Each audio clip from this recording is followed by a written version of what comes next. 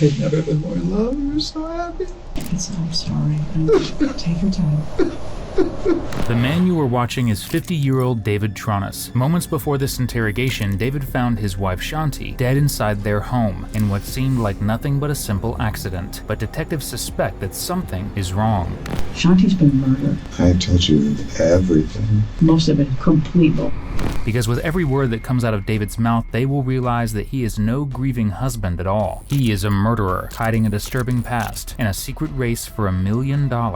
So we're just going to prove you're full of shit and solve this case. And I'm glad you think that's funny. By all means, take a nap while your life's hanging in the balance. In 2013, what seemed like the beginning of a perfect relationship started when 39-year-old Shanti Cooper met 49-year-old David Tronis on Match.com. Shanti, a divorced mother of one, was described as a highly driven and successful entrepreneur who ran a financial software company from her home in Florida. At the time when she met David, she was raising her son Jackson from a previous marriage and was looking to build a new life. On the other hand, David, originally from Minnesota, was also a divorcee searching for a partner to build a future with. To those around him, he portrayed himself as a wealthy businessman who had inherited millions, claiming he had brought between $800,000 and $900,000 in cash assets to Florida from previous business and real estate ventures. Believing David was both a devoted partner and a positive role model for her son, Shanti chose to build a life with him. In 2015, Shanti and David moved to Orlando, where David bought a large historic home in Delaney Park in cash as a renovation project. David agreed to oversee the contractors and design plans, while Shanti would help fund the work, an arrangement they were both happy with. This happy couple dated for nearly 5 years before marrying in 2017 and settling into the home they had worked so hard to build together as a family of 3. By all means, life seemed to be going well, but then suddenly on April 24, 2018, everything fell apart. At around 3:50 p.m., David placed a frantic call to 911, reporting that he had just found his wife unconscious and not breathing.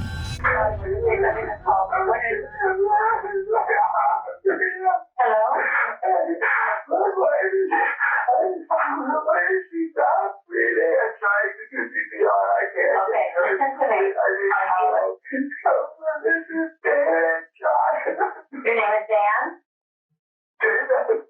Okay, your name's David? Okay, who is it that's not breathing? In the full 911 call, David told operators that he had just arrived home after taking his dogs for a walk and found Shanti floating in the bathtub. But when deputies arrived at the scene, what they found was very different from the story he had described. Investigators found Shanti lying on the floor beside the bathtub in a small one-bedroom studio above the garage. She showed clear signs of a violent assault and strangulation. To make matters worse, the bathtub where David claimed to have found Shanti was completely dry, showing no signs of recent water use. This raised questions, which could only be answered by one person, David, as he was the only individual known to have been inside the home. As detectives bring him in for interrogation, they're about to realize that Shanti's death was no accident at all. I'm Detective Teresa Sprague, and this is Detective Barb McClelland. First of all, on behalf of the Orlando Police Department, we want to say how sorry we are for your loss, David, and also for everything that you're going through. I know this is very traumatic for you, okay? And it's just a terrible, terrible thing. So, what time is it, do you know? It's 21:15. 15, okay. All right, and I know you've been waiting a long time. We've just obviously had a lot to do to try and figure out what's going on here, okay? And we need your help doing that, okay? We're going to continue kind of down this path about how you all met. I know you met on Match.com, and about 5 months of, what would it be, telephone, text, and... We just started every other weekend flying. Back and forth. So Okay. I came down the first time, then she came up, and I don't know if it was perfectly sequential like that the whole time, but for the most part, until September.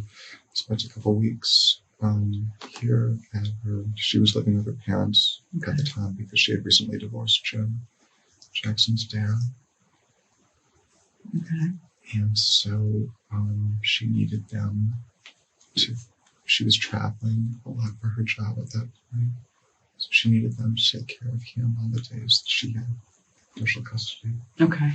Do you know what years you were in Briarcliff? So we moved out of her parents' home in the spring of 2014. So we were there a little less than a year. And we were at Briarcliff for about a year, I think. Okay. About a year. So that would have got us from late spring. I would. Of 2015? So what I would say is May 2014, moved to Briarcliff, and then we closed on the house on Copeland in April of 2015. We didn't move in right away. It took a few months to work on it. So when you say you got a deal on the short sale, is that house?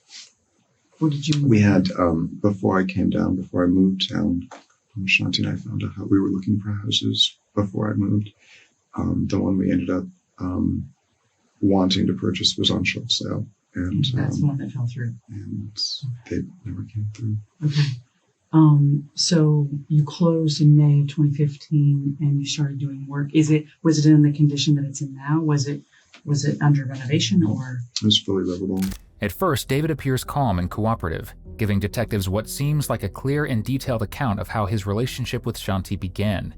But as the interview continues, small inconsistencies begin to emerge, beginning with the story behind the house which they bought. Okay. How financially, how are you guys doing? Was it her business that was keeping you afloat? I bought the house with cash that I had. We don't have a note. And I've used mostly my cash that I had saved I had a career at 3M before I came here.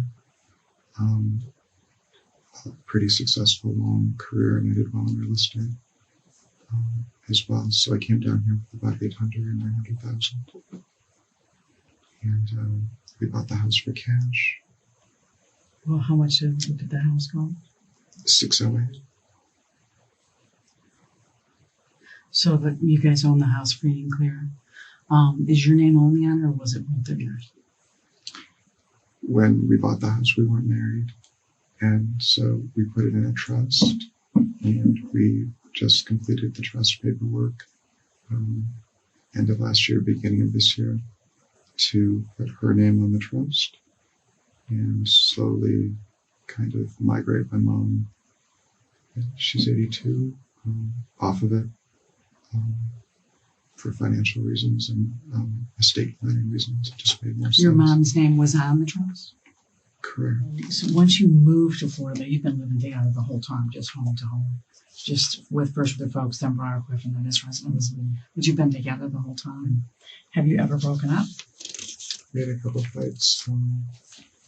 I think when we were living at Briarcliff, we spent a few nights apart. A few nights. I just went down to my mom's. Mm-hmm. So not like it was over, it was just a break, a couple days. What were you arguing about at that time? Shanti runs her business 7 days a week. She was very, very busy getting it established. And she felt bad. She was technically fired from Aptian, which is a parent company of M2M. David does admit that he and Shanti had gotten into a few arguments in the months leading up to her death. According to him, most of those disputes stem from the stress Shanti was under because of her work. But in reality, there may have been another source of tension in their marriage. Moments earlier, David had revealed that when the couple purchased their home, he placed only his own name and his mother's name on the trust. While it's true that he and Shanti were not married at the time of the purchase, even after they tied the knot, David never added Shanti's name to either the trust or the property's deed. And as a result, she had no legal ownership stake in the house, despite being the one paying for the extensive renovations. Over time, this issue became a recurring point of conflict between them. Whenever Shanti asked to be added to the trust, David refused, leading to repeated disputes. But what's more unsettling was that rather than working through the disagreements, David would often leave the house and stay with his parents until tensions cooled. Up until this point, the inconsistencies have largely centered around David's relationship with Shanti, but in the next few minutes, detectives begin noticing contradictions in his account of the day Shanti died. Shanti was a pretty big drinker before her appendicitis, and she couldn't drink at all afterwards. What did she drink? Wine. Okay. And she had lost a ton of weight, and she was super happy about that. She was just in a lot of pain because she hadn't found anything that she could really eat and digest. Since her surgery, we haven't been able to. And she wanted to try that night. We did. So you're Saturday and Sunday, and there's no issues as far as... She was at the end of her period, and there, it was messy. Mm-hmm. It was very messy. So is there something covering that up now or no? We changed the sheets. You changed the sheets? Okay. And what day was that? Monday after Jackson went to school.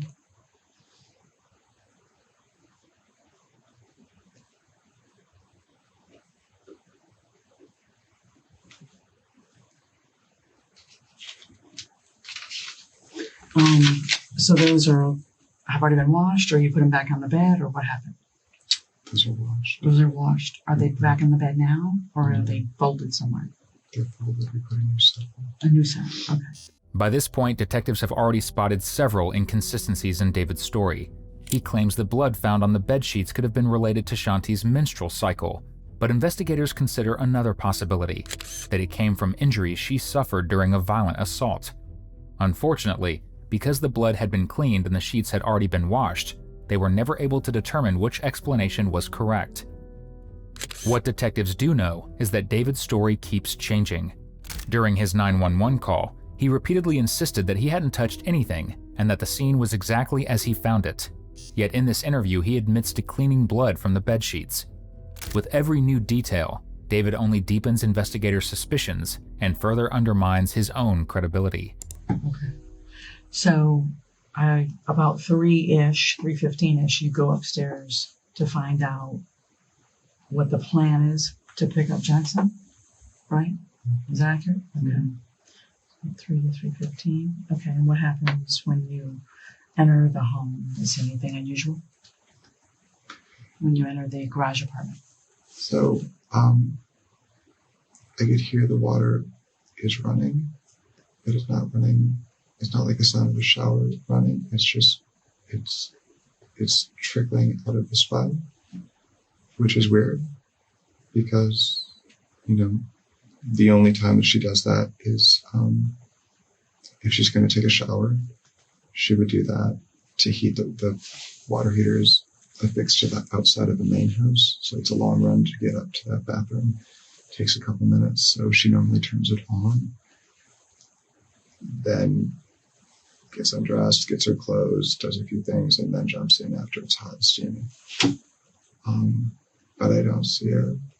And so we always, when we step in, we always say hello at the bottom of the stairs. So I listen, because if she's on the phone with a work call, I don't announce myself. I just walk upstairs. I didn't hear her. And I could hear the water. I couldn't hear her. I knew something was wrong. And that's when I went into the bathroom and that's when I saw her. Because you heard the water and didn't hear her, you felt something was It's wrong? one room. I went upstairs. I don't hear her talking on the phone. So I say hello. I don't hear anything back. I can hear water running. She's not saying anything. Doesn't seem right. Sometimes it is hard if you have the water running to hear somebody out there. So that was my assumption. Okay, so it's one room. You don't see her? Until Is I that get what to you're the bathroom. Okay. Is the bathroom door open or closed? Open. Open. Okay. And so you walk toward the water that you're hearing? Yeah, walking to the bathroom. Okay. The door's open, and what happens? What do you see? I see her laying with her head in the right-hand corner. The water is running, but I don't think the drain is closed, because if it was, it would be going over, right? So the water's like half full. She's submerged partially, but she's also partially not submerged, and one of her legs is kind of sticking up and out a little bit. And it's just extremely awful, and it doesn't look natural. Obviously, she fell or something happened. And I tried to pick her up. I didn't know what was going on. I didn't know what had happened. I had a towel that I had used to pull her out of the shower or out of this tub with. I tried to wipe her off. See what was. Where was the coming from?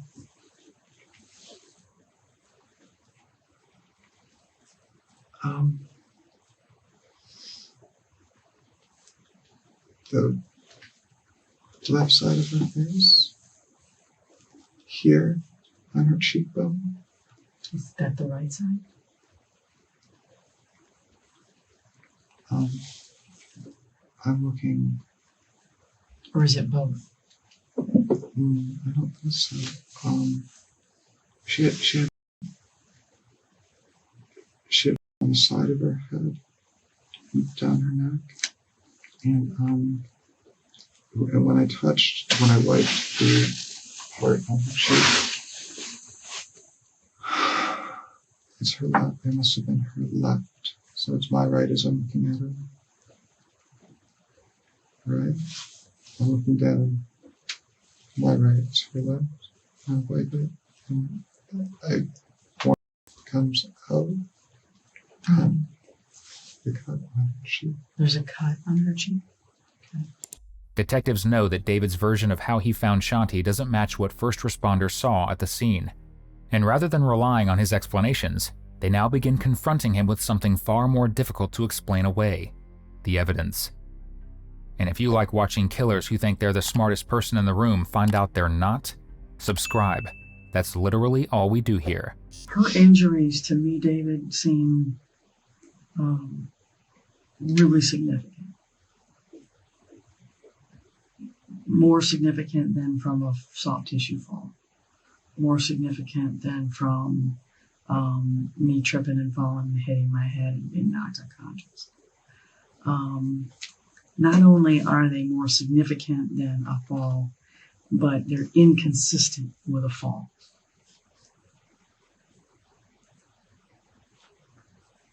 It's just not accurate. Okay. Shanti did not fall and get those injuries. Okay. Without question. Okay. They're much more significant than that. And it's inconsistent with her injuries hitting and striking anything. That is just inaccurate. Okay. Her injuries are very severe. But then conveniently you're away for a while and you come back and you find her like this. And you've had some pretty answers for just about everything we've talked about. Consistent, elaborate, detailed answers for everything we've talked about. The issue I'm having with is I absolutely think that she was deceased before you left to go to the park.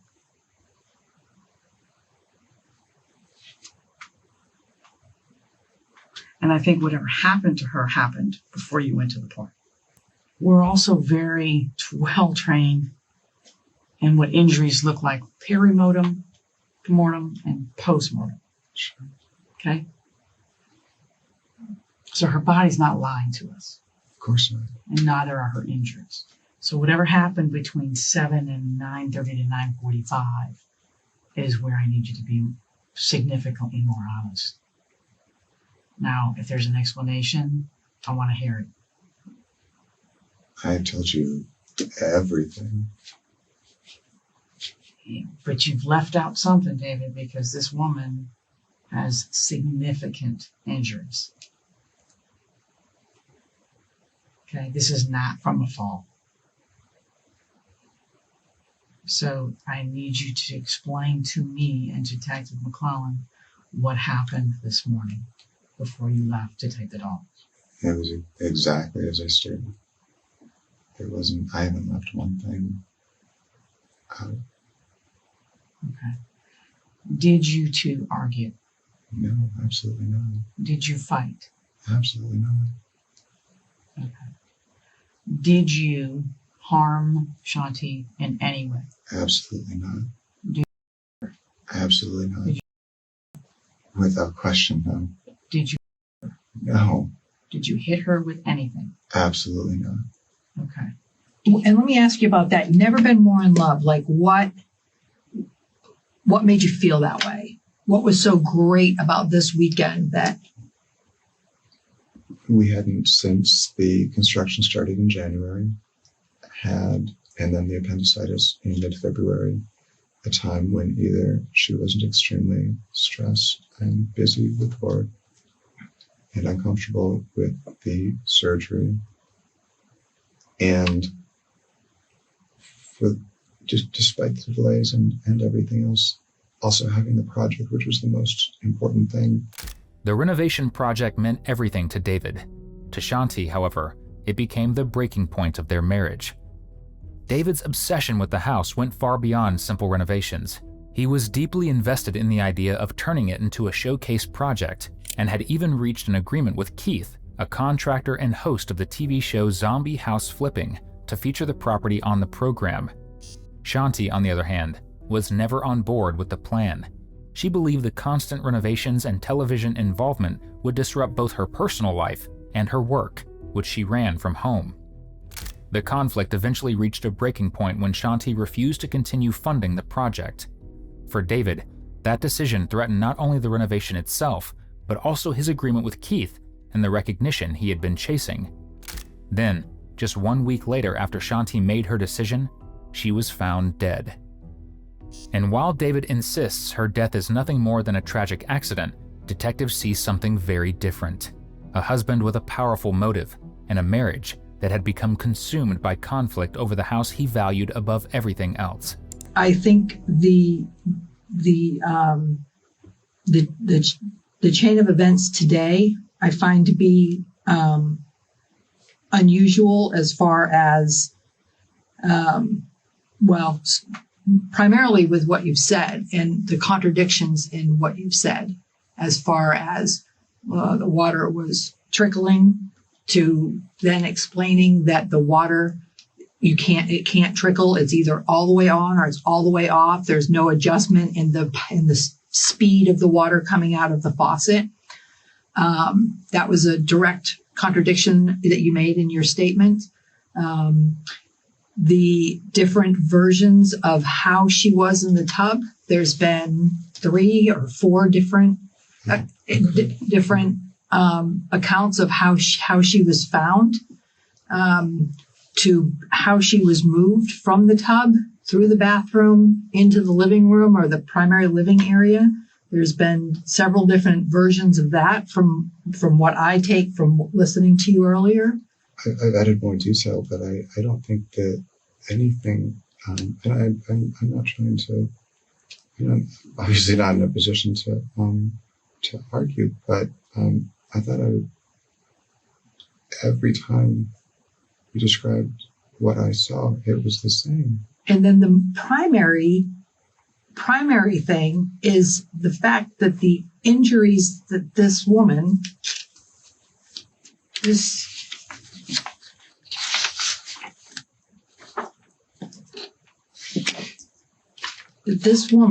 sustained, that I saw on her, absolutely 100%, in my opinion, not possible from a slip and a fall in a bathtub. You got to explain that, David. I don't think you hurt her on purpose. David, I don't. I would never hurt her on accident. It's not, It's one of two things today. It was on purpose or it was an accident. You pick. But one of the two things happened. She didn't do this to herself, and there was nobody else there. What are we supposed to think? What you're saying doesn't make sense. I'm saying I don't know what happened. So when you pulled her out of the tub, you agreed with me that the water came out of the tub. There's not a spot of water on the floor, David. The carpet isn't wet. The carpet isn't wet from where she was pulled out of the bathtub, sopping wet, all the way around to the front of the couch. The carpet's not wet. There's no on the carpet. The evidence does not match what you're saying. And I understand that whatever happened today, like I said, was not planned, was not on purpose. Whatever happened, I'm certain was an accident. And that's why none of these details are matching up with what actually was there. You just have no remorse, no concern for what happened to your wife. It's one of, like I said, it's one of two things. She didn't slip and fall. That's out of the picture. It's not a possibility. What happened? I don't know. You need to tell us what happened. You're missing a significant amount of time.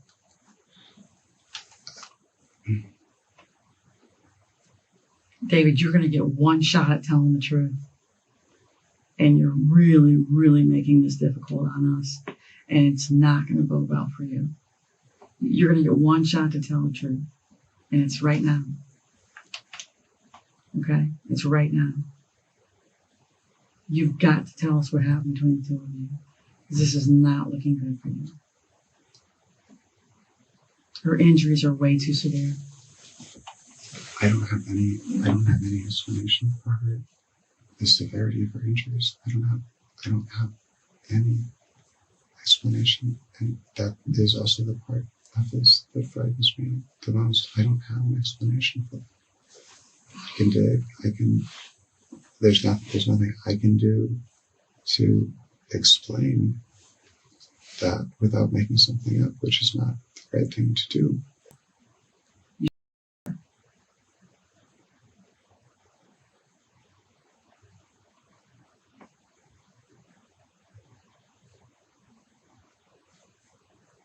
And that's what the medical examiner is going to tell us. Because I've already spoken to the investigator. Crime scene folks, investigators were already there.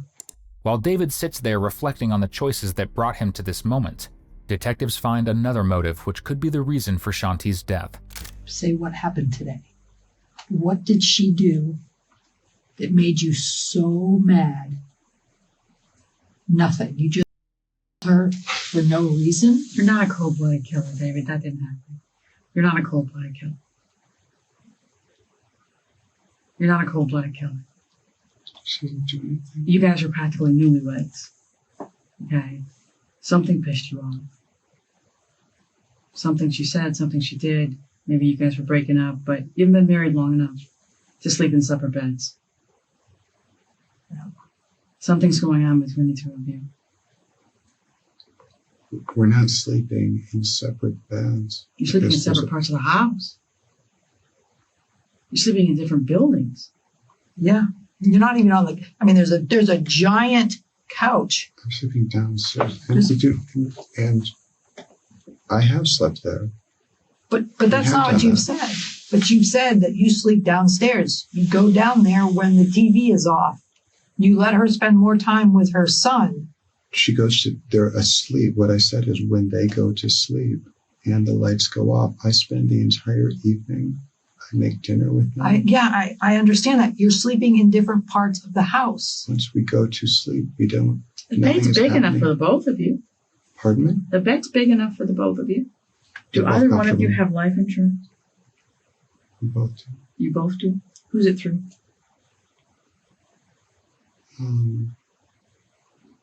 We purchased them through Patrick.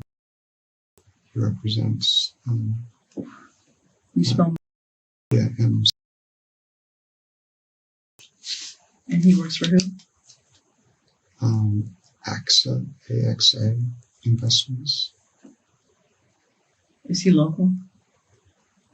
He is local, and Is his number in your phone? yes,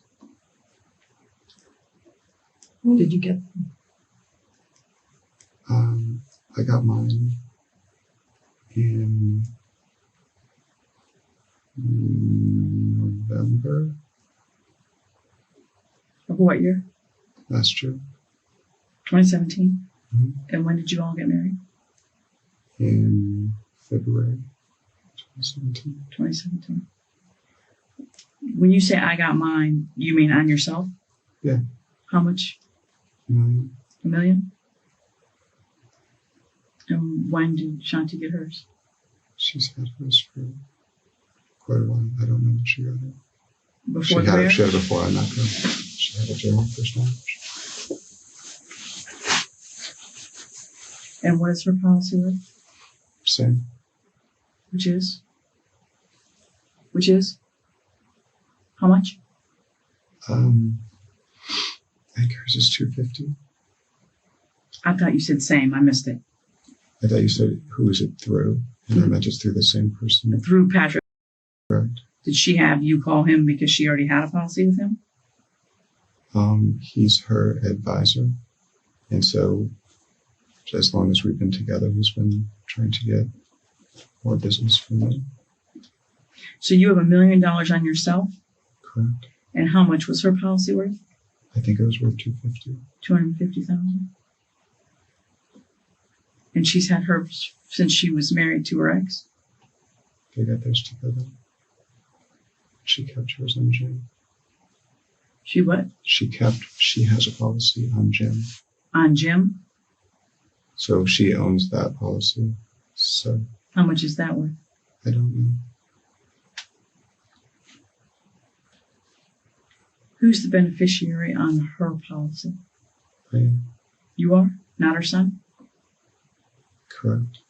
It's true that David was the sole beneficiary of Shanti's life insurance policy, and the payout wasn't $250,000 as he suggested, but more than $350,000. Detectives also discovered that before Shanti's death, David had already transferred a substantial amount of money from their joint account into an account under his sole control. Combined with his stake in the house, Shanti's death stood to leave David with nearly $1 million in assets and insurance proceeds.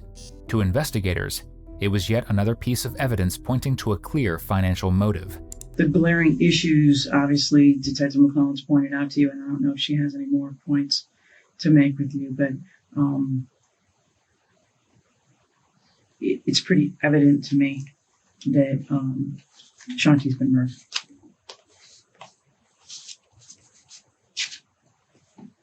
Been doing this for a really long time, David. This woman was possibly beaten. She's been murdered, and as she indicated, in a domestic setting with a woman is extremely personal.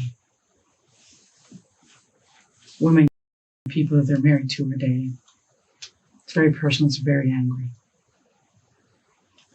Sometimes it happens because people black out, because they get so angry, they get blinded by their anger, and they black out and they just don't recall what happens. It's very common. And I've had several people tell me, yes, I put my hands around the throat and then I blacked out. I honestly don't know. When I woke up, she was on the floor. People get that angry. It is also very common when you come out of that blackout and you see someone on the floor that you try and revive them, that you drag them into the tub and try and wake them up. That I would totally understand. It's happened many, many times in my career. Okay.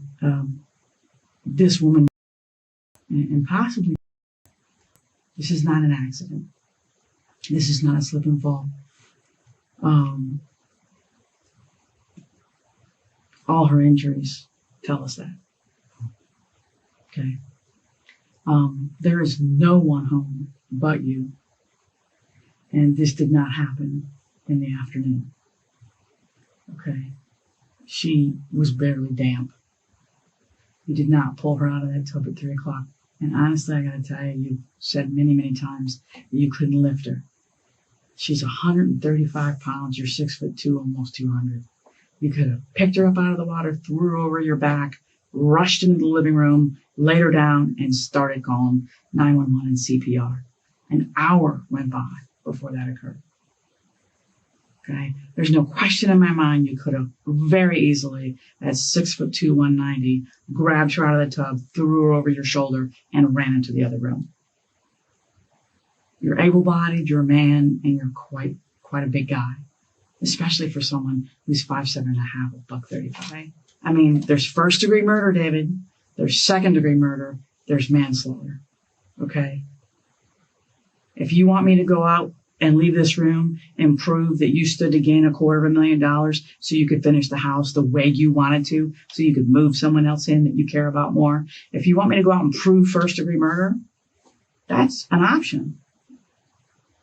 I don't think that's what happened. I don't think you premeditated this. I don't think you planned this. I think some shit went bad, and that's what I think. And I don't have a problem telling the state attorney officer. Okay? I think you made a mistake. I think you screwed up bad, and you made a mistake, and you tried to figure it out and cover it up. And her wrapped in that thing that she was laying on, that mattress pad, there was no need for that. You had her on the floor, on the carpet, in front of the TV. Anything you needed to do to her could have happened right then and there. There was no reason to move her again. No reason to wrap her in anything unless you plan to dispose of her body. Unless for a brief, fleeting moment, you thought about wrapping her up and getting her out of there and taking her someplace else. And then you realize you just couldn't do it. You're not that guy. You're not a cold-blooded killer. It's not like you go around killing women. Okay? It's not like you're a serial killer. Maybe for a brief moment, you thought about it. But there was no reason to move her. There's no significant change between where she is in front of the couch and where she is next to the bed. The surface is the same. It's just as hard. You're going to do CPR, you can do it in one place as easily as you can do it in the other. There's no reason to grab the mattress pad. There's no reason to put her on it. There's just no reason for it. And you've tried to explain it away and away and away, and it makes zero sense. At last, detectives give David one final opportunity to come clean and tell his side of the story. But even then, he fumbles badly. We're not buying it for 1 minute. You got to tell us the truth, David. This is not looking good for you. And if you want me to go out and prove first-degree murder, I'll make you a cold-blooded killer. It's not a problem. And when we're done talking to her friends and going through her phone and talking to her family, and they tell us all about your relationship. And video. And we prove your story is full of holes. And we prove when she died. And we prove where you were.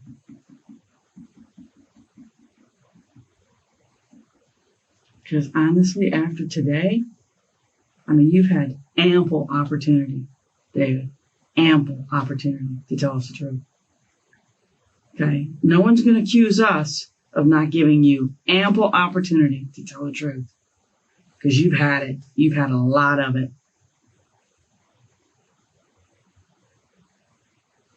So we're just going to prove you're full of shit and solve this case. And I'm glad you think that's funny. I'm glad you think that's funny.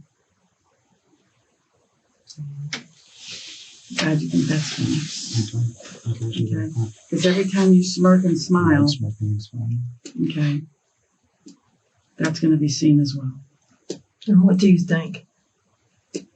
What happened?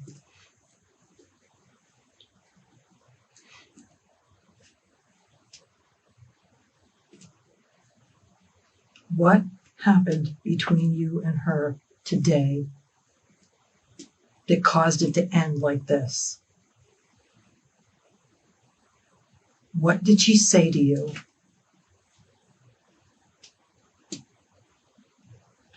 David, this is your life you're talking about, that you're closing your eyes through.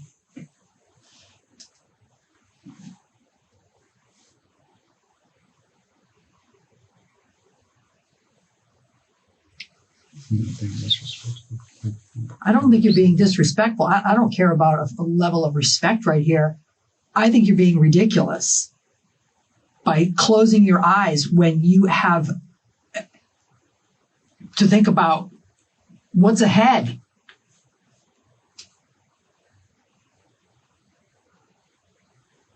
It will prove where you were when she died. And when you are found to be at that residence when she died by being murdered, and you were the only person there, figure it out.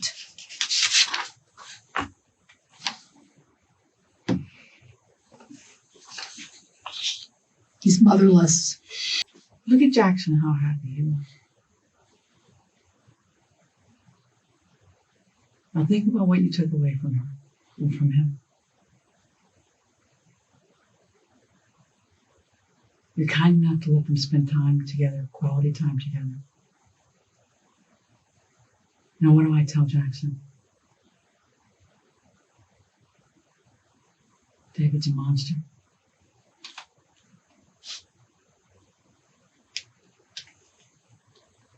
A man living with your mom, who took your mom to the courthouse, swore to love and protect, honor, who said vows in front of God to do right by his mother, lied off and killed her for the money. What do I tell Jackson?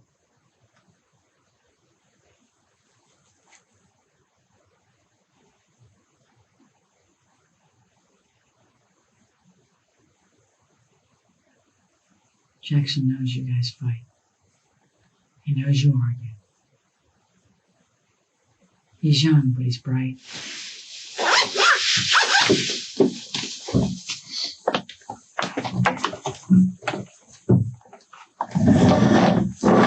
By all means, take a nap while your life's hanging in the balance. And as David sat there smiling and smirking, convinced he had outsmarted everyone, detectives had already put together the case that brought him down. In the end, David was sentenced to life in prison without the possibility of parole, a sentence he is currently serving at the Graceville Correctional Facility. But perhaps the detectives were right. The person who suffered the most was Jackson. Because of David's greed, Shanti's son not only lost his mother, but also the man he once believed would be a father figure in his life. During sentencing, Jackson spoke about the irreplaceable loss of his mother, describing her as the best person he had ever known and explaining the pain her absence continues to cause every day. For him, the tragedy wasn't just the loss of a parent, it was losing the person he loved most far too soon. We hope you enjoyed today's video. 85% of our viewers aren't subscribed, so if this is the kind of content you come back for, just hit subscribe. It's the single biggest thing you can do to support the channel. If you want to keep watching more, check out one of the most intense cases we've ever covered right here, or catch up on our latest upload right here.